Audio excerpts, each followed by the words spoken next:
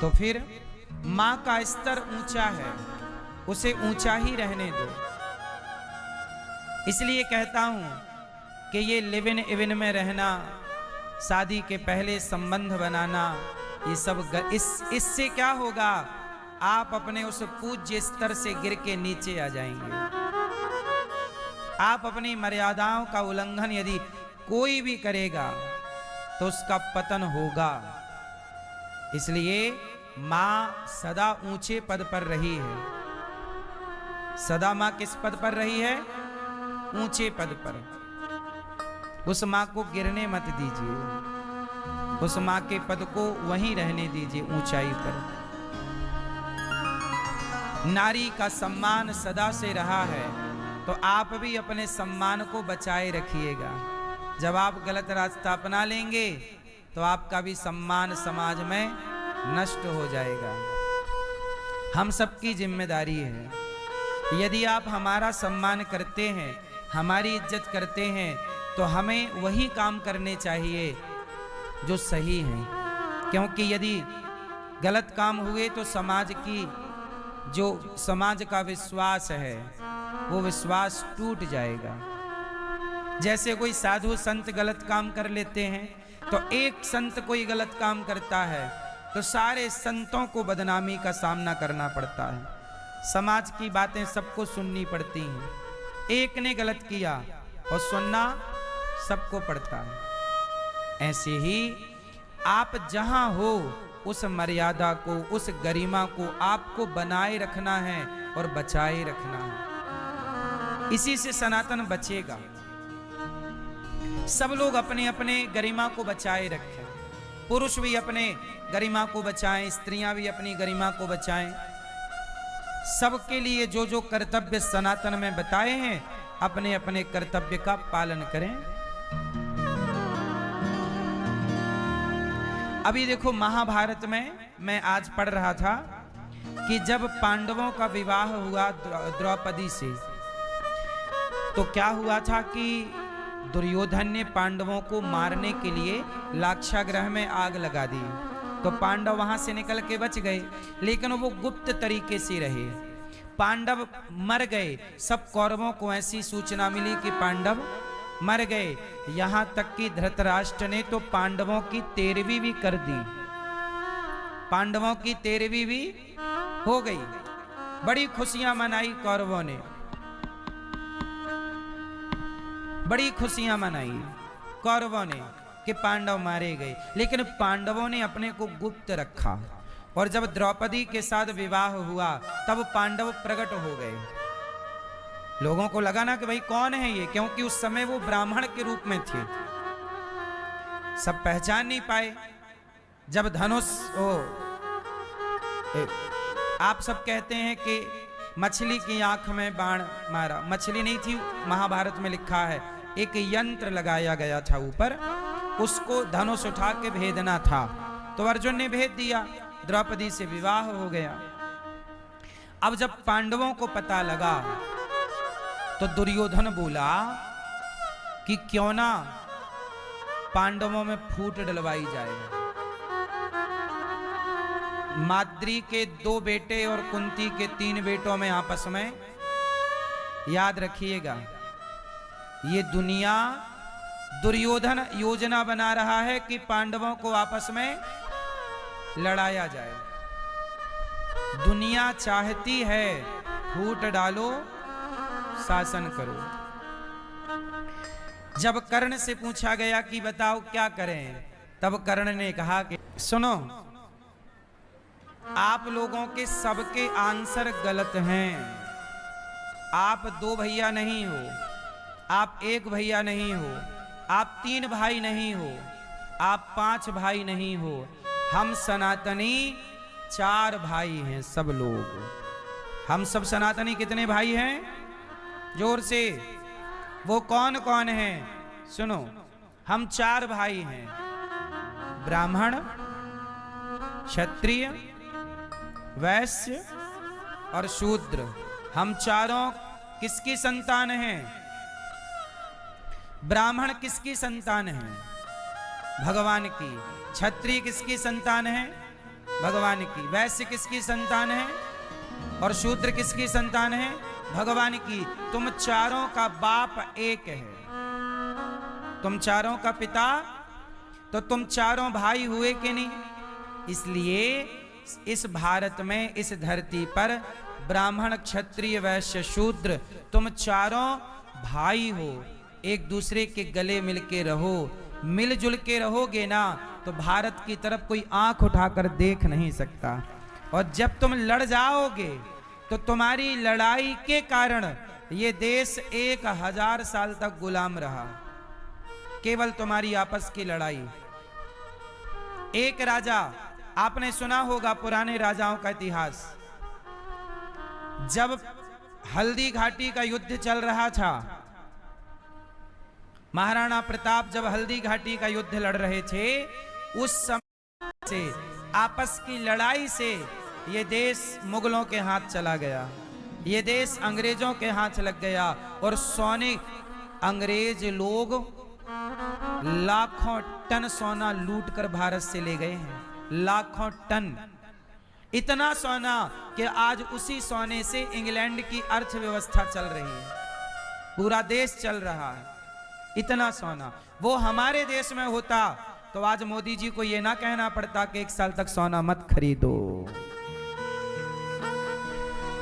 ये इसलिए कहना पड़ा क्योंकि आप आपस में लड़ते रहे।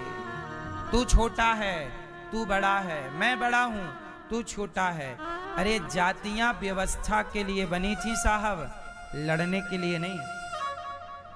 कोई जाति छोटी नहीं होती और कोई जाति बड़ी नहीं होती। अच्छा एक बात बताओ, क्या जूता सिलने वाला मोची छोटा है? वो अपना काम कर रहा है, छोटा कैसे हुआ? मैं अपना काम कर रहा हूं, बड़ा कैसे हुआ? सब अपने अपने काम कर रहे हैं, सब अपने अपने काम के मास्टर हैं। डॉक्टर अपना काम कर रहा है, इंजीनियर अपना काम कर रहा है, जज अपना काम कर रहा है, सबके काम हैं। सनातन इतना बड़ा था, इसकी व्यवस्था बनानी थी तो सनातन को 4 भागों में डिवाइड किया। ब्राह्मण, तुम्हारा काम है पढ़ना पढ़ाना, वेद पुराण शिक्षा तुम संभालना। क्षत्रियों को तलवार दे दी, देश की अखंडता एकता को तुम बनाना और दुष्टों को मारना। वैश्यों को काम सौंपा, बिजनेस व्यापार तुम संभालना और देश को आर्थिक मजबूती देना।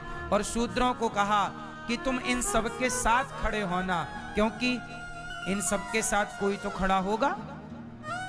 इसलिए बिना भेद के हम भारतवासी सारे सनातनियों को गले लगाएं। यदि नहीं लगाओगे तो आज हमारी एक मैया प्रश्नोत्तरी में बता रही थी, बिहार से आई थी, कहा मैया ने कि हमारे गांव में ईसाई लोग आए और गांव के लोगों को भड़काकर उन्होंने सबको ईसाई धर्म में ले गए, धर्मांतरण करा दिया, धर्म परिवर्तन करा दिया।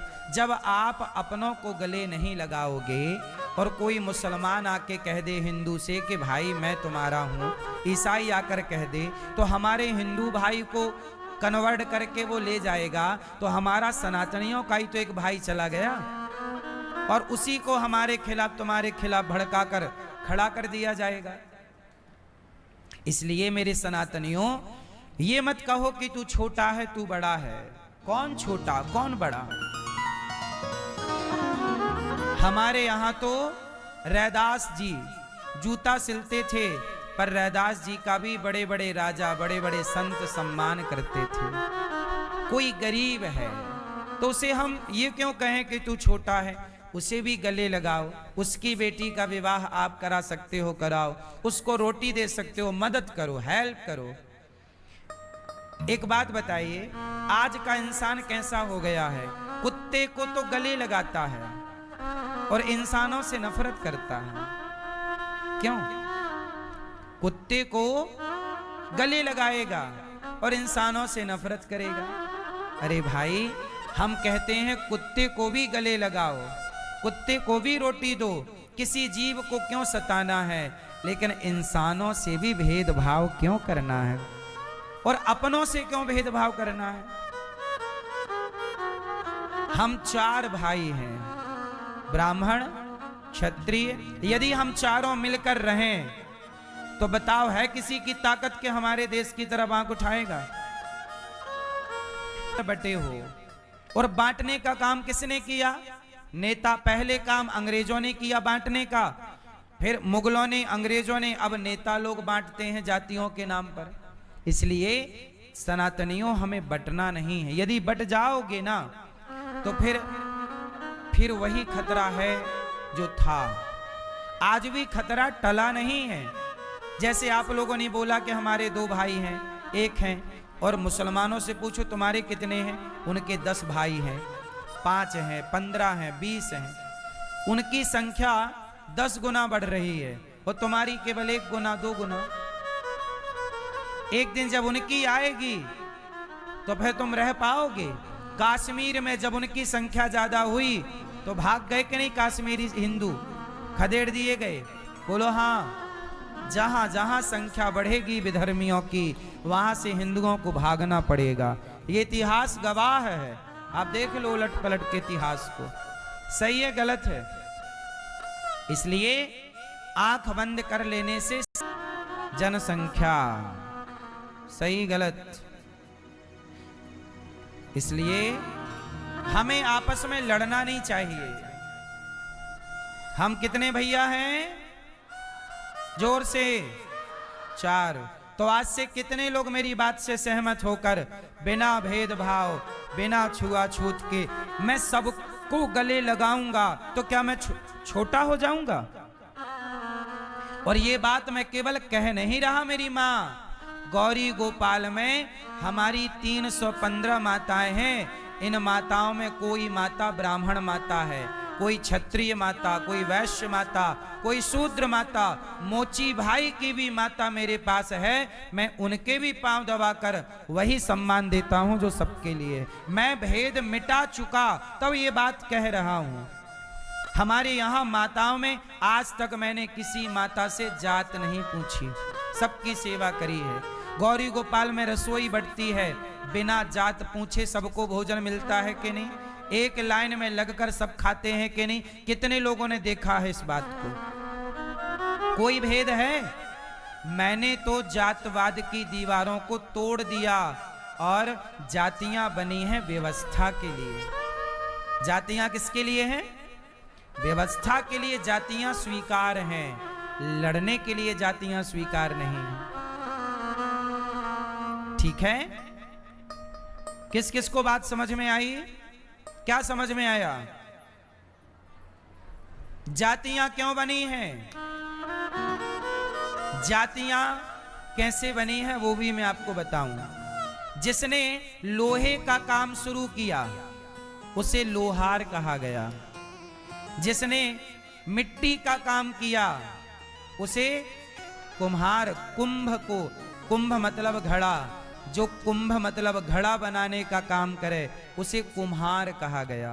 जो जूते का काम, चमड़े का काम करे उसे मोची कहा गया। तो यहां पर जो लकड़ी का काम करे उसे बढ़ई कहा गया। जो धोने का काम करे कपड़ा उसे धोबी कहा गया। जातियां काम के अनुसार बनती चली गई। तुम्हारा ये काम वो जाति, वो काम वो जाति। ये लड़ने के लिए थोड़ी बनी कि धोबी कपड़ा धोएगा तो तुम उसे ये मानो। नहीं, उसे भाई उसका काम कर रहा है, उसको भी जरूरत पड़ेगी पानी की, रोटी की। आप मदद कर सकते हैं तो मदद कीजिए। ये थोड़ी कि भेद कर लेंगे। किसी से कोई भेद करने की जरूरत न। ये व्यवस्थाएं भाई, मैं तो भेद की दीवार गिरा चुका हूं, मेरे पास कोई भेद नहीं।